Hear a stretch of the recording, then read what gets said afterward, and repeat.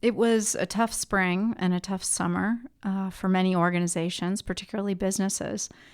Sales were soft, and some of it was maybe the COVID funds had all dried up. Some of it was the election. Leaders were having a hard time making decisions about moving forward with big projects. So it's times like these that really reinforce the outsized importance of the hard-won and unpopular leadership skill of killing your darlings at work.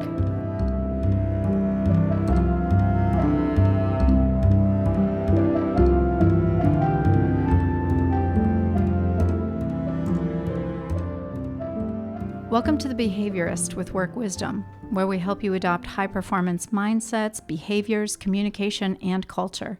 I'm your host, Kedren Crosby. Our intention for the Behaviorist podcast is to share accessible, concrete practices that you can weave into your whole life to begin a shift toward joy and meaningful achievement. Today, we're talking about a simple but not easy practice, one that is maybe counterintuitive to many business leaders and countercultural in many organizations. Killing your darlings to achieve higher performance, longer-term sustainability, and even greater joy. We're grateful to be talking to my generous friend and colleague, Dylan Ehlert. Dylan is the COO at a sister B corporation called Two Dudes Painting, and an indispensable associate at Work Wisdom. Dylan, thank you for connecting with me today. Thanks for having me. It's so good to do this. Yeah. Your first of many podcasts. Hopefully. Yeah. So one of the reasons why when I knew we were going to talk about this, I invited you on because I have been wildly impressed with your ability to scale businesses successfully.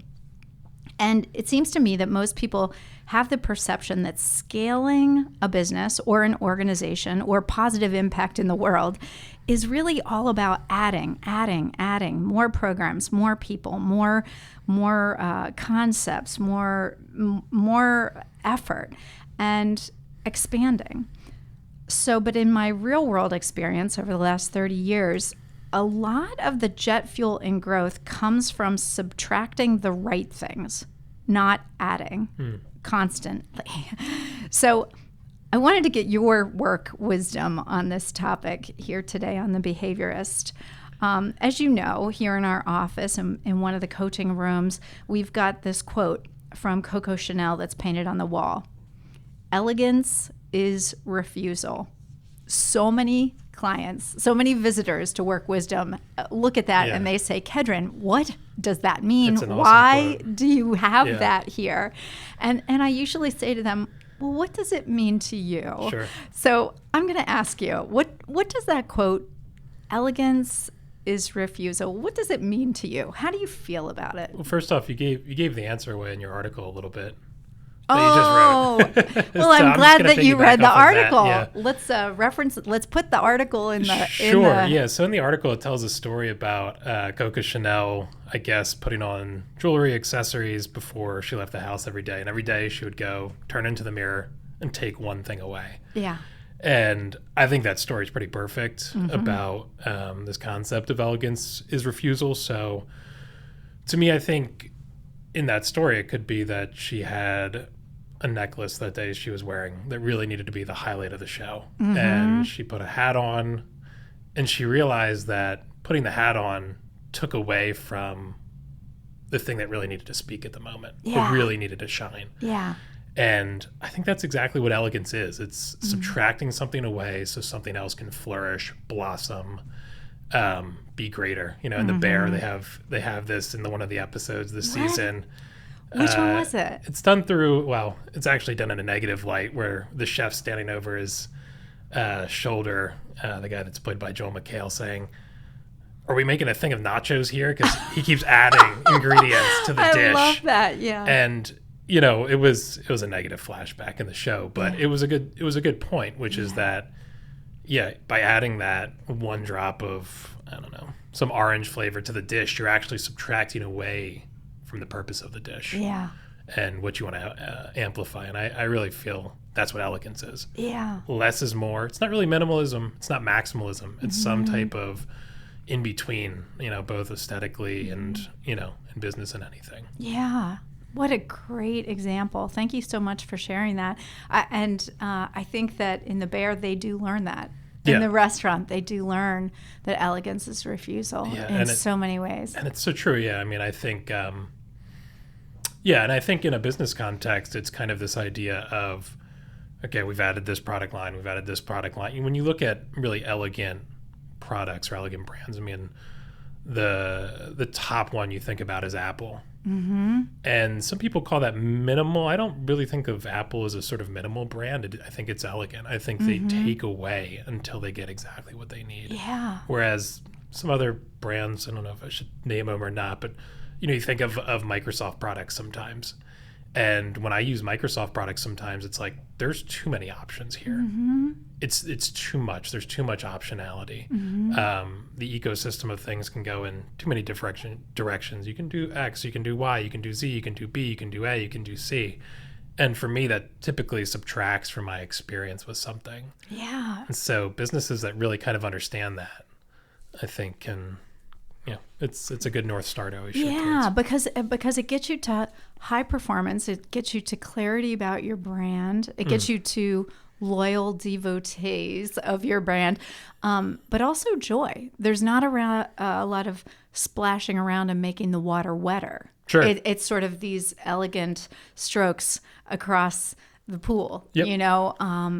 But it's such a difficult skill to develop as leaders. So a couple of months ago, we were sitting in my living room. I don't know if you remember this, but we were talking about some of the difficulties of several businesses and organizations here in our city. And we were, as we do as Enneagram 1s, we were looking for the commonalities of like, what's going on here and trying to figure it out. And, at that point, we had references like articles in the newspaper and, what people were talking about. And so it was easier for us to understand that had the leaders been able to make the hard choices, shed certain programs or drop menu items or change the operating hours, that they could have potentially saved their companies. Mm-hmm. So I consider all of that, the shedding, the dropping, the hard choices, part of the refusal. Sure. The Coco Chanel, looking in that mirror saying, what am I taking off today? So I feel like these choices are not glamorous. And when leaders are in their meetings with their other CEOs or their leadership teams, it's hard. Yep. So I was wondering about you personally, if you have ever had to refuse to drop, to take off, some piece of jewelry in order to get to elegance in any of the companies that you've helped scale. Yeah, sure. I mean, there's things.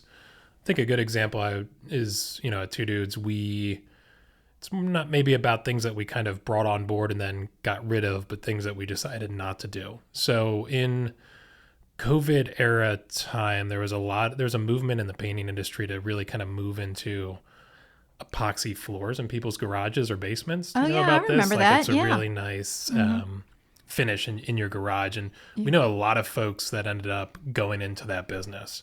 Oh. And it was super hot at the time. It was something that people were spending their kind of disposable COVID money on, or kind of one of the big projects people were doing because they were spending more time at home. So and we evaluated that really, really hard, and we kind of talked to other people, and we got down the road pretty far on it, and kind of decided not to do it. It just wasn't a fit for us at the time. Didn't fit our skill set, maybe didn't fit the skill set of the internal team. There was nobody that was going to really take the ball and really run with it. And, that ended up being a good decision for us. I mean, we knew a lot of other organizations throughout the country that ended up doing it, and some were successful with it, some weren't. But what ended up happening, it was kind of a COVID trend kind of service offering that when things normalized, the demand for it really normalized. And, we got lucky, and we kind of trusted what we know we're good at, what we feel like is a part of, fits really kind of clean in our brand at the moment, and trusted those kind of intuitions, and it really ended up paying off. Yeah. Wow. So, the magic is between the idea that comes to the leadership team or to the organization, and then the decision not to do it. Yep. And so what I'm fascinated about is thinking about, how do we teach leaders how to do that, that discernment, that maybe even piloting, that, really trying to think through all of that when it's unpopular to shed. Now, you all didn't adopt it and then have to shed it. But there's a lot of feelings that come around when a leader adopts a program, a new service line, and then decides that they need to shed it.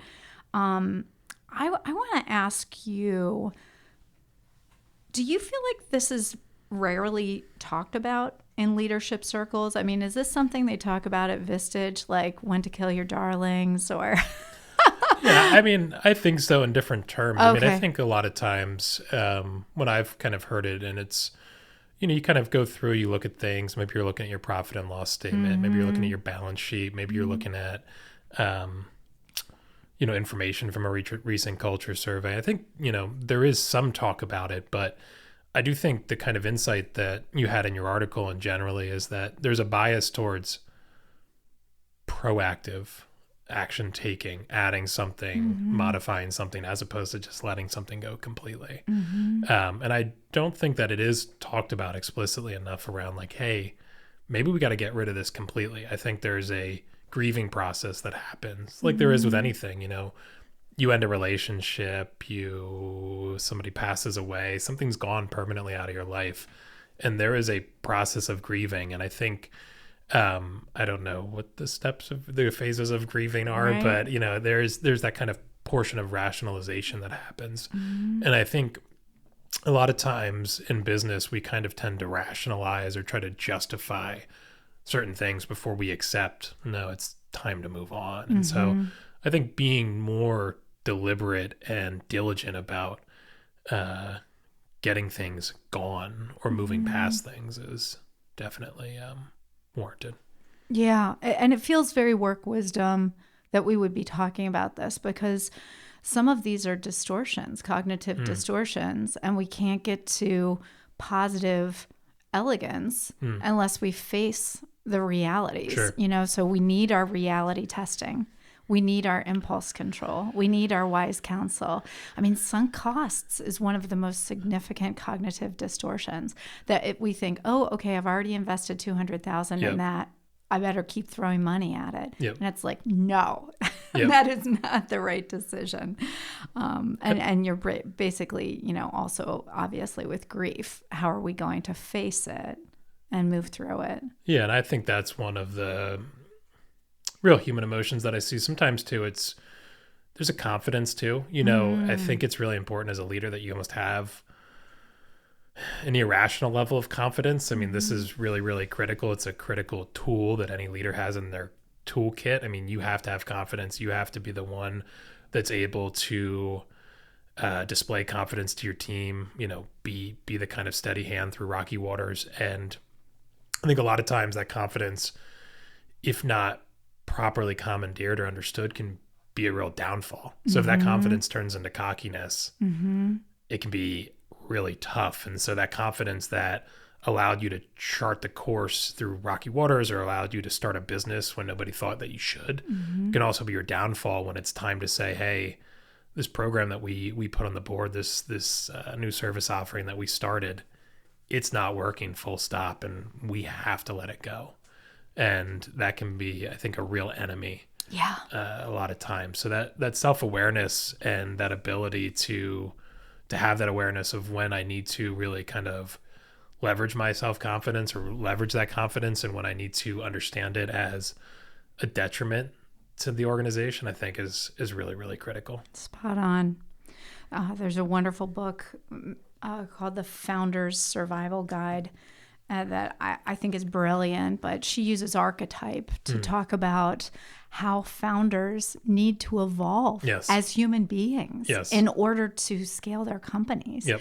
And so they have to start out as brave warriors. Yes. And so that hubris, maybe that ego, maybe that overconfidence Yep. to get the thing rolling is not what they need in order to get to the second phase, which Yep. is the measured architect. Yep.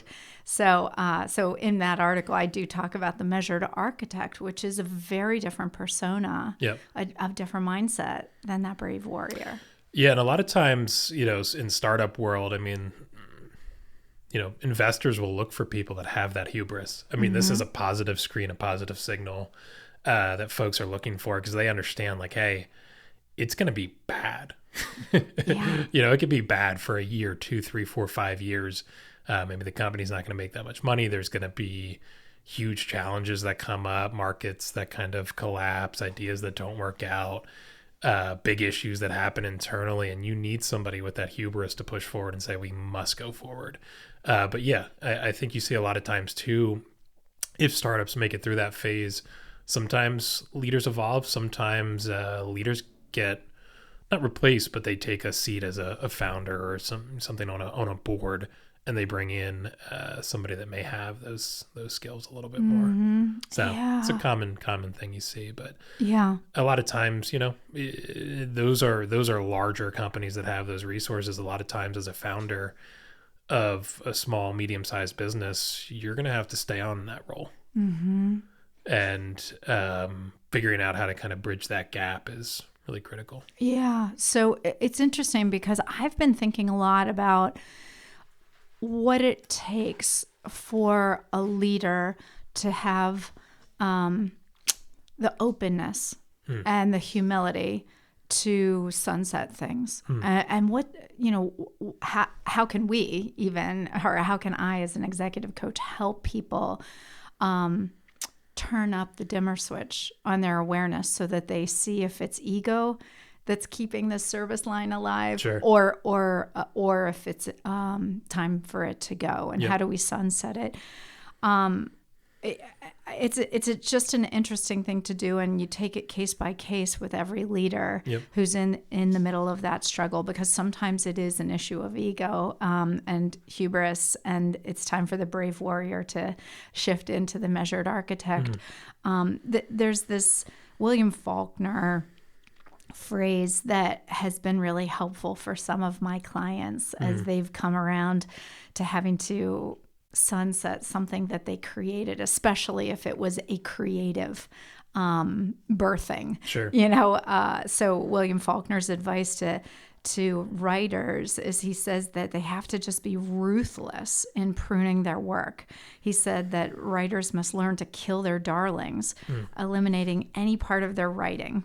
So characters, scenes, sentences, side plots, anything that doesn't ultimately serve the story, even if you're in love with it. Right. You created this as a writer, but you have to kill it. So it feels very true to entrepreneurship. Yeah. It's like, oh my gosh, you birthed this. Yes. You wrote this character, and now you have to kill it so you can get there. Because what got you here won't get you there, right? So anyhow, I've been so glad to have you at Work Wisdom over the last probably 6 or 7 months. And, you look in at our financials, and you're an economist by training. And, I was just kind of curious, do you see any darlings that we have at Work Wisdom? You've got insider, outsider perspective, which is a glorious thing. You can still see what we need to kill. We've killed a lot over the years. We have a fail wall on our Slack channel, so you can see everything we've killed. We've killed Sincerely Work Wisdom. We killed Outdoor Coaching. We killed Work Wisdom Design. I don't know. Anything else that you think maybe we should be thinking about taking to the guillotine? No, I think you guys are pretty good at killing things. We're murdery. Yeah. No, yeah, I think we dug into it pretty deeply. Did some pretty deep analysis. I feel that when we went through the process, there was maybe 1 or 2 things. I don't think there was anything that big, but I think most of it had been shed. I think where we're at work wisdom is kind of reimagining your darlings, which is a subsector of kind of this concept that we came up with. So, maybe the character doesn't need to be killed completely, but maybe they only need to appear in 25% of the scenes that they currently were in. Maybe they need to, maybe their tone of voice or some of their interactions previously through the previous chapters need to be re-altered so that the character makes sense now. So I think that's kind of more of the terrain that we're in right now at Work Wisdom is reimagining darlings. Maybe we're just justifying things that we don't even know it. So yeah, our own cognitive distortions. Yeah, maybe some deeper inspection will reveal something different. Yeah. So, one of the things we haven't really talked about, but it occurred to me this morning was, could you have a bias of killing things too fast? Yes. So tell me what you think about that. How can you correct a bias of over murdering things? Yeah, I think most people that have worked with me in the past would say that I am I'm a bit of a murderer. My kind of approach tends to be that I get very excited about new ideas. I get really animated by them. That's kind of what keeps me going. It's kind of my lifeblood. And, I will tend to implement a lot of things, and I kind of have a Darwinian approach to idea implementation, whether that be, a modification to a product line, whether it be something internally about how we're going to structure or try to execute on something, whether that be hiring somebody new to the team to do something within an organization. And sometimes I think it's a hard balance because you do want to experiment. It's really important to take a lot of shots on goal, see what works, see what doesn't, iterate really quickly, fail really quickly. I think those principles are all really, really important. But yeah, there's a trade-off there because for me, in my experience, what tends to happen is it can sometimes be destabilizing for the team. Particularly as you kind of cascade those things all the way down to somebody that may not be a part of, strategic execution, strategic decision making. They're just kind of coming and doing their job day in and day out, and they kind of look up and they see leadership and they're saying, oh my God, every quarter, every 3 months, every 9 months, there's a new thing, a new initiative. So I don't know. I think one thing that I've been trying to work on is being a little bit more controlled. Number one, maybe taking a little bit less shots on goal because I have to kind of realize what the perception may be of that. But I think two is, so you have to come at it from both directions. That's one direction of taking fewer shots on goal. There's the other direction, which is saying, okay, how do I enculture this a little bit more into the culture? And so when we're talking about things, when I talk about things with my team now, we're always talking about this as experiments sometimes, depending on if it's a huge initiative there. No, this isn't an experiment. This is what we're doing. But sometimes we're saying, hey, this is an experiment. We're going to, reorganize the way that we execute tasks as a team. We're going to, we're going to decide to completely run projects this way differently now. And, hey, it's an experiment. And I think my issue in the past is that I would come at it and say, no, this is what we're doing. This is the change that we're making. And I think that framework of experimentation is really critical because that allows us to kind of go back. I think it also allows us to understand like, hey, this is an experiment. We don't really know one way or the other. We're going to have to take, these principles in this book seem really great, but we have to put that into the real world with what we do to try to understand if that's going to fit or not fit.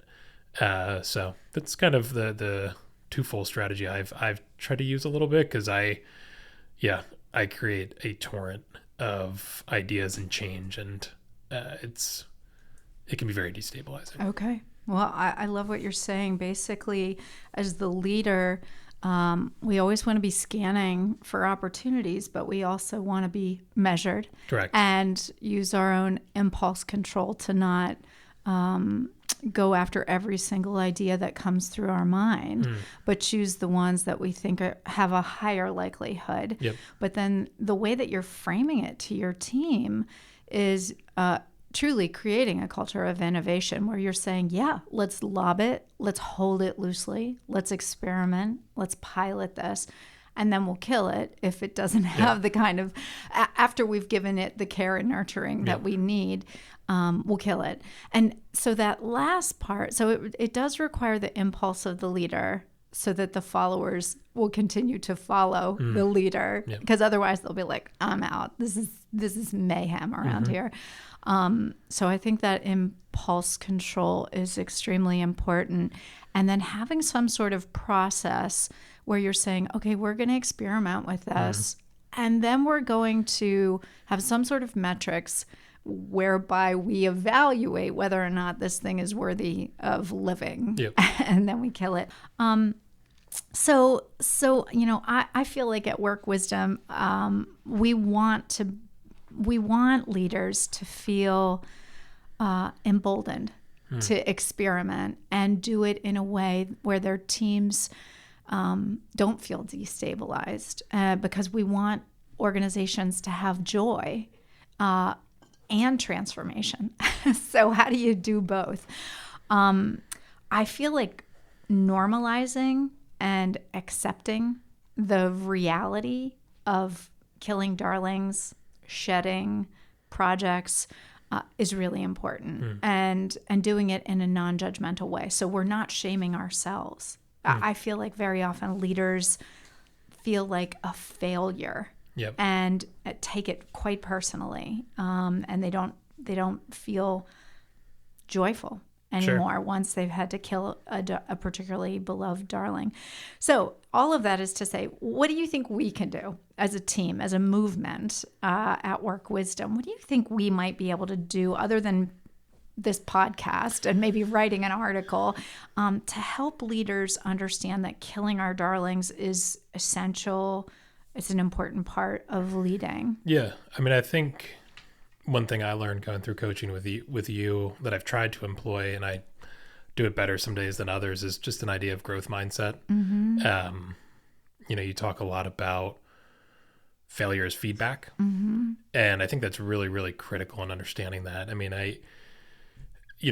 for a lot of people that are successful, they grow up in this, for me personally, you grow up in this world where, you either win or lose. It's a game, it's a sporting event. There's a score on the board. You win, you lose. If you lose, you're a loser. And I think that kind of mindset is very pervasive, and it, I think it motivates people, but, it can also be detrimental. And I think when you take that mindset into too many domains, I mean, it can be really kind of hurtful and painful to yourself. So I think having that growth mindset and understanding that failure's feedback, having empathy, or having the ability to say, hey, this is going to be painful, and just accepting that. The thing that's different about, some of the kind of metaphors or analogies that we're using as opposed to real world examples is sometimes killing your darlings is, shuttering a product line that's going to have people laid off. It's going to be maybe getting rid of a team of people that, you have a deep connection with. And those things are really, really painful, and they're really hard. And being able to kind of really kind of say that and accept that is really critical. And finding that balance too, that's where this kind of idea of experimentation and sort of the humanity that Work Wisdom's trying to kind of get out into the world, this idea of joy. I mean, this is where this tension really comes in, because it is going to be painful. It's not going to be joyful probably in the short term, and it could, depending on what the decision is, create less joy within your organization in the short term. But having that vision of, hey, this is only temporary, failure is feedback, it's not a reflection of who I am, is, I think, foundational in kind of getting past that, those negative feelings. So I do think that concept of growth mindset is absolutely critical in this space. Yeah, I think that's brilliant. One of the heuristics that we use all the time here is sometimes I win and sometimes I learn. Yep. And I suppose that is growth mindset right there. Something that I've watched leaders adopt so that they can accept and manage the pain of this idea of Yep. holding things loosely, letting things go. We talk about talent density and realizing that just like they do at Netflix, not everyone's meant for this team. Believing that even though maybe we do have to sunset a department and those folks will be laid off, believing in their next chapter and believing that there's a place for them where they're going to land and maybe even be a better fit. Sure. So maybe that's over optimism and Pollyanna-ish, and maybe there's a pony in here somewhere. But I think adopting that thinking and even reflecting on your own career, I can think of so many times that people have maybe left work wisdom because it was time for them to go and landed in much better places that are a much better fit for them, where they're much happier. And it was painful, but I had to learn how to manage the pain. But part of managing the pain was believing that even I could help them land in a place that was better. So, and I think one thing with that too that's helped me in similar circumstances too, particularly when it comes to this idea of killing your darlings, or this elegance through refusal requiring kind of moving on from somebody, is understanding too the positive impacts that can have on your team that you have currently. The reality is that if you're making that decision, whether it's shuttering a service line completely that's going to kind of end up shuttering a team, or letting go of somebody that's letting go of somebody, there's probably a chance that you talk about in your article about really monitoring where the energy of the organization's going. And a lot of times these things, these darlings that need to be let go, are the things that are really absorbing a lot of energy of your organization. So it could be that you have a service line that's taking up all your energy, and you love the 6 people that are really working on this team, but ultimately it's causing the company to lose money. You hop on a quarterly, you quarterly all teams every 3 months, and the leadership's talking about how things are a little bit gray because the service line's hurting us, and so on and so forth. And so while it's painful that those folks have to go in addition to the service line being shut down, it's going to be that in 2, 3, 4 months, having that vision of, hey, it's going to be maybe a more positive reality within the organization. Yeah.